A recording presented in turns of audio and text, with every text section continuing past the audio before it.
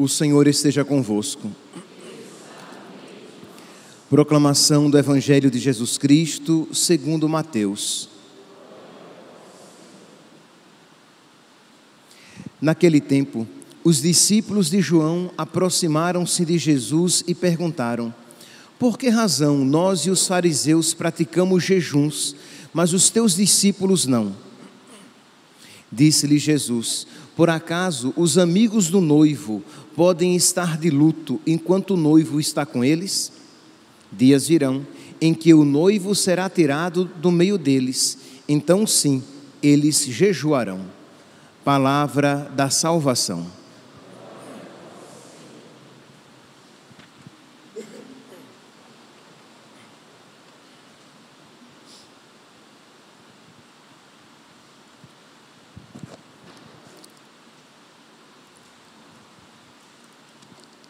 Caríssimos irmãos e irmãs, a primeira leitura de hoje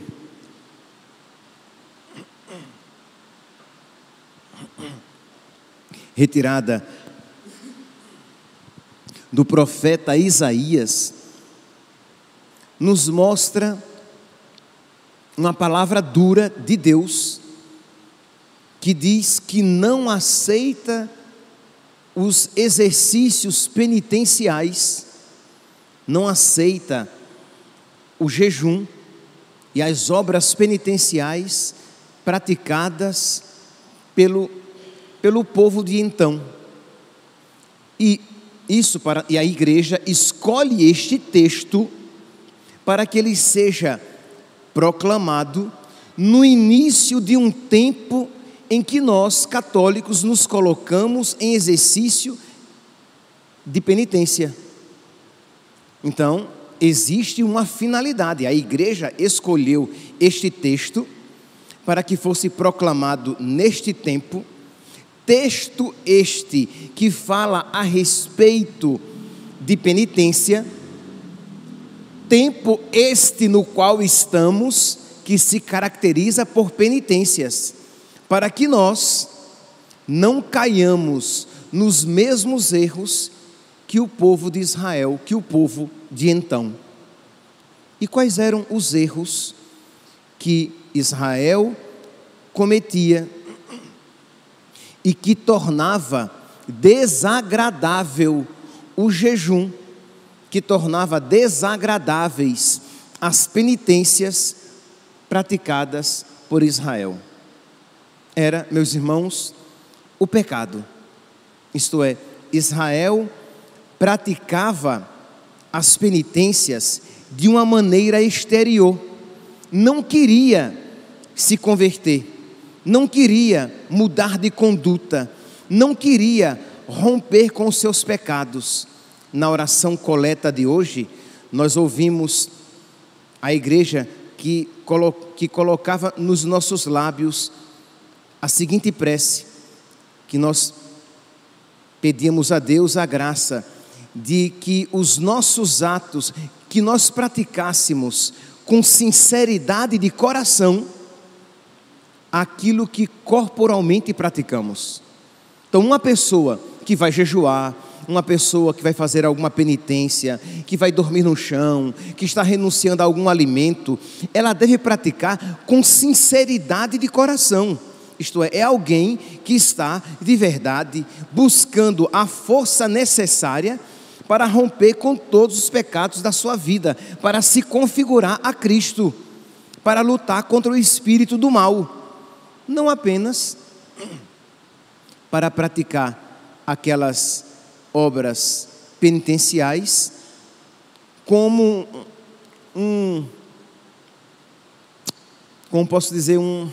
uma barganha com Deus. Isto é, eu faço essas penitências, eu jejuo, eu durmo no chão, eu ajudo os pobres, eu faço algumas orações, mas eu não mudo de vida, eu não largo aqueles pecados.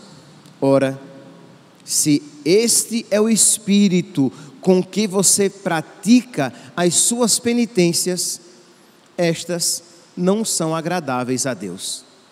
Diz aqui então: Assim fala o Senhor Deus: grita forte e sem cessar, levanta a voz como trombeta e denuncia os crimes do meu povo e os pecados da casa de Jacó.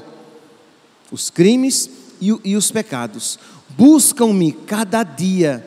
Imagine, estes mesmos que cometiam os crimes e os pecados, buscavam a Deus todos os dias. Nós poderíamos dizer, eram de missa diária, de terço na mão, de oração nos lábios, mas de um coração muito diferente do coração de nosso Senhor. E quando a igreja então escolhe este texto, é para nos advertir: cuidado, porque nós podemos cair num pecado semelhante, numa atitude semelhante. Nós participamos da missa, nós fazemos as nossas orações, nós parecemos homens e mulheres de igreja, de oração, mas se continuamos com os nossos hábitos velhos, com as nossas práticas antigas, com as nossas atitudes carnais, se nós não lutamos, se nós não lutarmos contra isso, as nossas obras serão meramente exteriores, que serão, não apenas não serão agradáveis a Deus, mas causarão ojeriza a Deus, nos tornarão insuportáveis a Deus, porque nada é mais insuportável a Deus do que um falso religioso, do que um hipócrita. Pois bem, então, buscam-me cada dia e desejam conhecer meus propósitos, como gente que pratica a justiça e não abandonou a lei de Deus. Exigem de mim julgamentos justos e querem estar na proximidade de Deus. E perguntam: por que não te regozijaste quando jejuávamos e o ignoraste quando nos humilhávamos? E Deus responde: é porque no dia do vosso jejum tratais de negócios e oprimis os vossos empregados. É porque ao mesmo tempo que jejuais, fazeis litígios, confusões, brigas, agressões. Não façais jejum com esse espírito, se quereis que o vosso pedido seja ouvido no céu. Então percebe, meus santos, que concomitantemente, ao mesmo tempo que nós jejuamos, que nós praticamos as nossas penitências,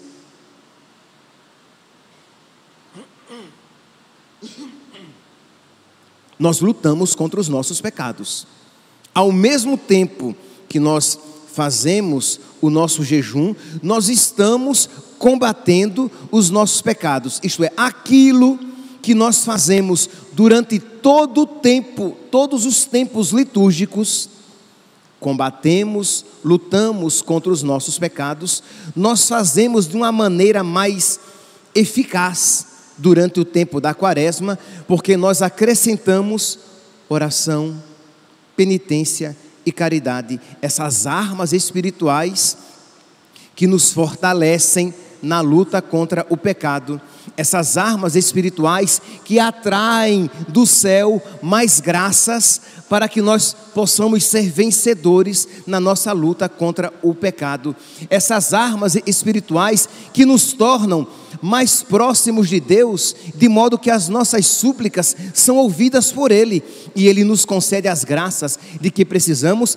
para que combatamos o pecado, porque essas obras, elas devem ser um meio para que nós vençamos o pecado, para que nós destruamos aquilo que existe do espírito mau nos nossos corações, para que nós rompamos, quebremos as cadeias que nos amarram, que nos aprisionam no pecado, para que nós retiremos as manchas e as deformações causadas pelo pecado, que nos desfiguram, para que nos tornemos mais semelhantes a Cristo. Mas essas práticas quaresmais, esses exercícios quaresmais, têm como finalidade a nossa divinização, a nossa cristificação, o aumento da nossa semelhança a Deus, de modo que as pessoas olhem para nós e vejam aquele que habita em nós.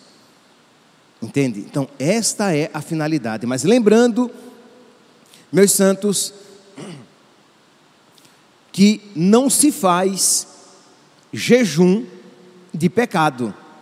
A luta contra o pecado acompanha todas as nossas penitências, mas o pecado em si não é objeto da nossa penitência. Por exemplo, durante o tempo da quaresma, eu não vou falar mal da vida alheia. Não, meu santinho. Não falar mal da vida alheia é um pecado. E como pecado, você deve renunciar durante a vida toda, não como uma penitência quaresmal. A penitência quaresmal é algo que é algo bom, que você se abstém por amor a Deus, para ensinar a sua natureza humana, a sua alma a renunciar, porque nós somos crianças mimadas, né?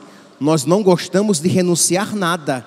Então, quando nós, por amor a Deus e fortificados pela graça de Deus, nós abandonamos algo lícito como penitência, nós estamos nos ensinando e nos fortificando a renunciar às coisas ilícitas, a ter força para renunciar às coisas ilícitas.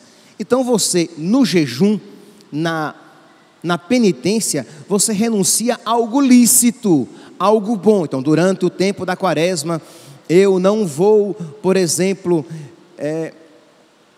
comer açúcar. Durante o tempo da quaresma, eu não vou tomar café. Durante o tempo da quaresma, eu não vou assistir nada, nenhuma série no computador. Mas eu estou pressupondo que as séries a que você assiste são lícitas. E que você, durante o tempo da quaresma, você as renuncia. Porque se elas são pecaminosas, elas devem ser renunciadas sempre e por toda a vida. Não vale como objeto de penitência quaresmal. Durante o tempo da quaresma, eu não vou encher a cara. Olha, beber não é pecado, encher a cara é pecado. Então isso não vale como penitência quaresmal. Durante o tempo da quaresma, eu não vou trair a minha esposa. Quer dizer então que quando Cristo ressuscitar, você vai voltar a trair a sua esposa? É isso que você está dizendo? Percebe que não tem lógica. Então a luta contra o pecado deve acompanhar todas as nossas penitências, para que as nossas penitências, para que as nossas obras quaresmais sejam agradáveis a Deus, e para que delas, das obras quaresmais, eu retire a força necessária para combater com mais afinco e mais eficácia os pecados na minha vida. Então, existe uma inimizade com o pecado que acompanha a prática das obras quaresmais. E esta mesma prática me concede força e a graça de uma maior inimizade com os pecados. E isso vai me tornando cada vez mais agradável a Deus. E isso vai tornando cada vez mais agradáveis a Deus as nossas penitências. Então vamos lá, meus santos. Nós estamos ainda no início da quaresma. Então você pode ainda pensar, será que as penitências, os propósitos escolhidos para observar durante o tempo da quaresma, será que são propósitos lícitos, propósitos adequados? Primeira pergunta. Segundo, será que eu os estou observando de uma maneira adequada? Porque pode ser que você tenha escolhido propósitos excelentes. Então, sei lá, você está como propósito quaresmal acordar cedo para vir à missa, ou acordar cedo para rezar com o Frei Gilson ou o Instituto Hesed. Ótimo, propósitos muito bons. Mas você está concomitantemente lutando contra os seus pecados? Senão, de nada adianta tirar a comida da boca se você não tira o pecado da alma. São Leão Magno, ele diz isso. De nada adianta privar-se da comida, e por privar-se da comida entenda toda a penitência. Então, de nada adianta privar-se da comida, abster-se da comida, negar comida ao corpo, se você não nega o pecado à alma. Ou, como vai dizer de uma outra maneira São João Crisóstomo, de nada adianta não comer carne se você devora o seu irmão.